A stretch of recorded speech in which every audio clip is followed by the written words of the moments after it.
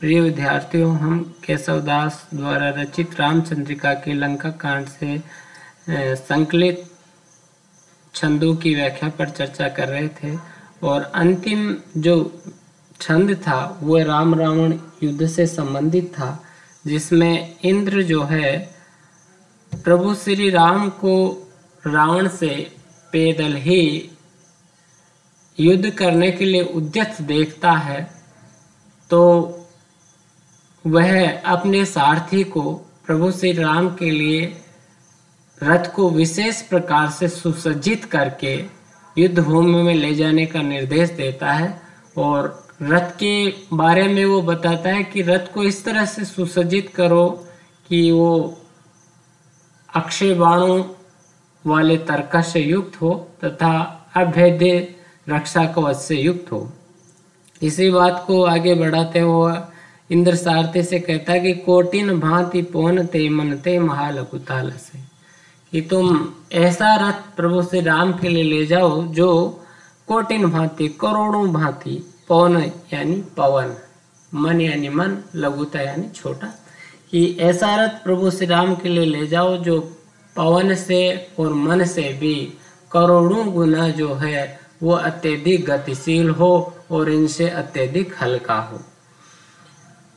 तो इंद्र के इस निर्देश पर सारथी जो है प्रभु श्री राम के लिए रथ को विशेष प्रकार से सुसज्जित करके युद्ध भूमि में लाता है और बेटे के ध्वज अग्र श्री हनुमंत अंतक ज्यों हंसे, उस रथ के ध्वजा के अग्र भाग में श्री हनुमान जी बैठते हैं, विराजमान होते हैं और अंतक ज्यों हंसे, और अपने सामने रावण की राक्षस सेना को देख करके यमराज की तरह, अंतक यमराज की तरह वो अट्टहास करते हैं।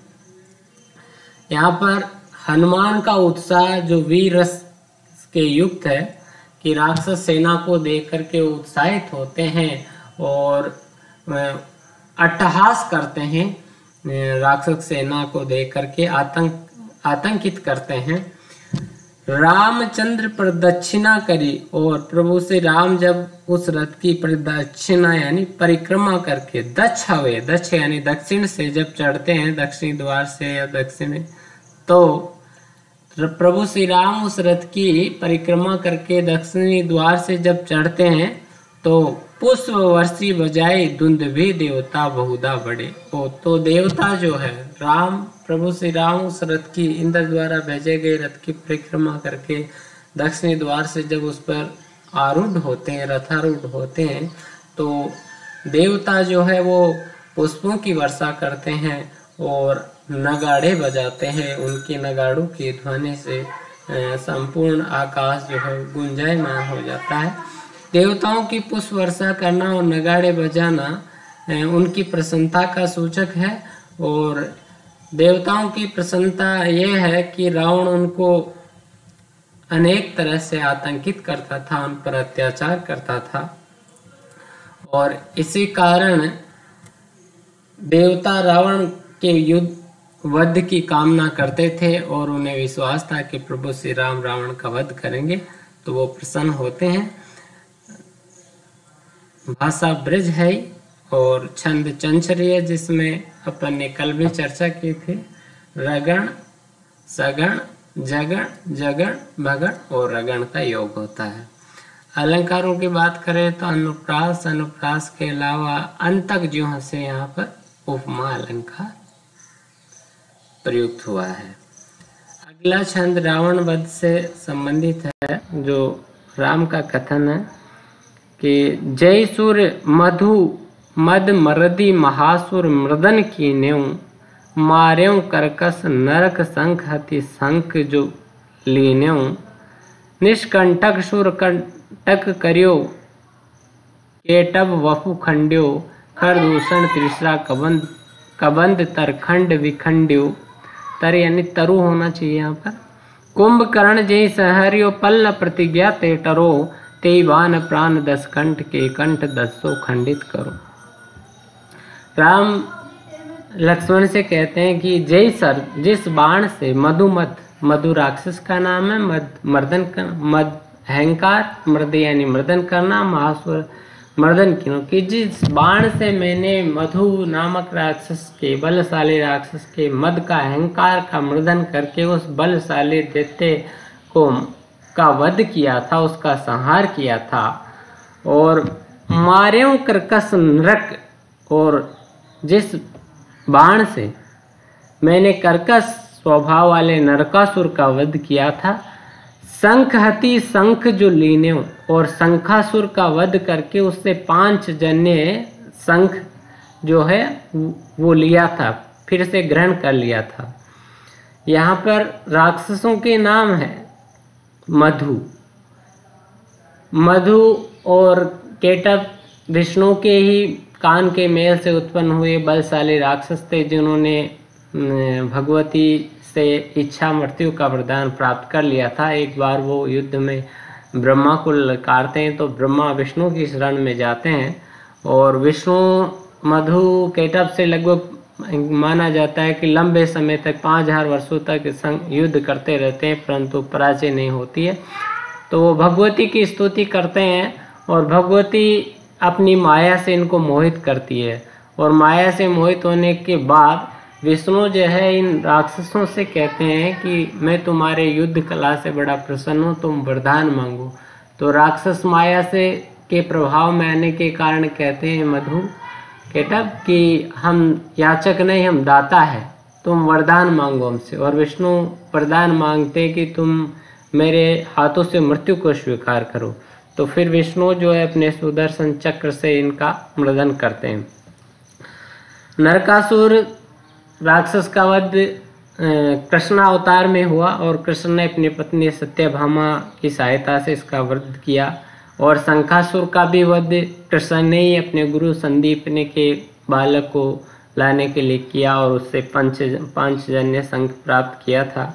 निष्कंटक सुर कंटक करियो केटव वपु खंड्यो, और निष्कंटक यानी कंटकों से रहित, कांटों से रहित, सुर कंटक देवताओं को कांटों को करियो यानी किया। केटव राक्षस का नाम है मधु, और केटव वपु यानी शरीर खंड। और जिस बाण से मैंने केटव राक्षस के शरीर को खंड खंड करके, टुकड़े टुकड़े करके देवताओं के कंठों से आकीर्ण, कंठ का किरण मारक को निष्कंटक किया, देवताओं के कष्टों को दूर किया। जो देवताओं को अनेक तरह से कष्ट देते थे केटव मधु आदि राक्षस, उनका मर्दन किया।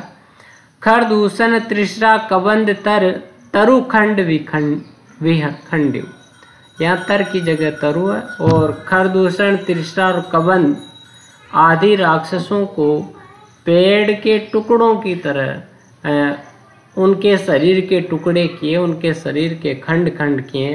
खरदूषण त्रिशरा, खरदूषण रावण के सौतेले भाई भी थे, उसके सेनापति भी थे। कबंद एक राक्षस था जो मस्तक से रहित था, और उसका भी दंड कारण्य में प्रभु श्री राम ने वध किया था।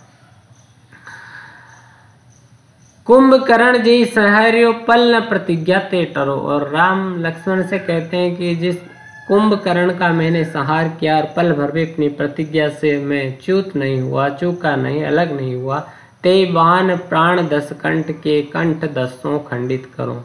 और उसी बाण से मैं 10 मस्तक वाले रावण के 10 सिरों को खंडित कर दूंगा।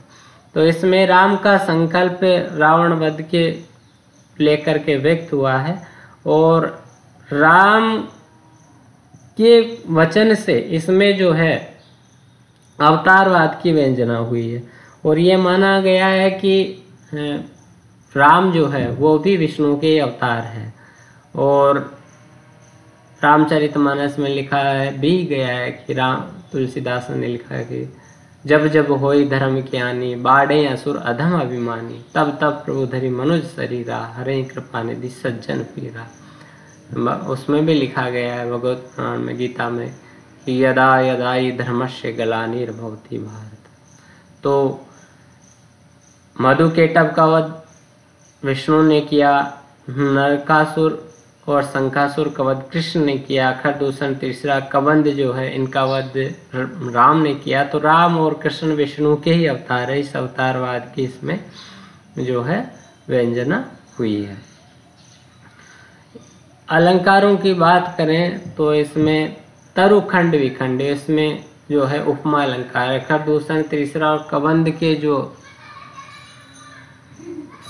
शरीर है उनको पेड़ के तरह, पेड़ के टुकड़ों की तरह विखंडित कर दिया।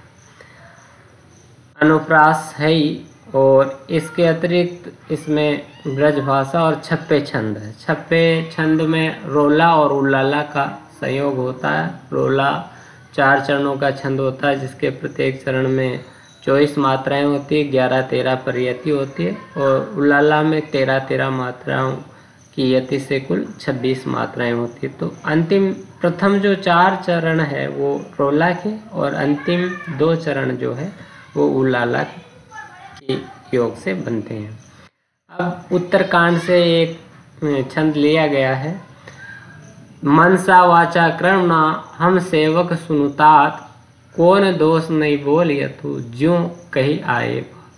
ये छंद उस समय संबंधित है कि जब दूत जो है सीता के संबंध में मिथ्या अपवाद या लोकोपवाद करते हैं, तो दूत आकर के इसकी सूचना प्रभु श्री राम को देते हैं। तो लक्ष्मण जो है प्रभु श्री राम से कहते हैं कि मनसा वाचा कर्मणा, मन वचन और कर्म से हम सेवक सुनुतात, हे तात, हे भ्राता, आप इस बात पर विश्वास कीजिए कि हम मन वचन और कर्म से आपके सेवक हैं और हम सत्य कह रहे हैं। कौन दोष नहीं बोलिए तू, कौन दोष नहीं बोल, जो कही आए बात, कि संसार में ऐसी कौन सी बात है जिस पर संसार के लोग दोष नहीं लगाते हैं।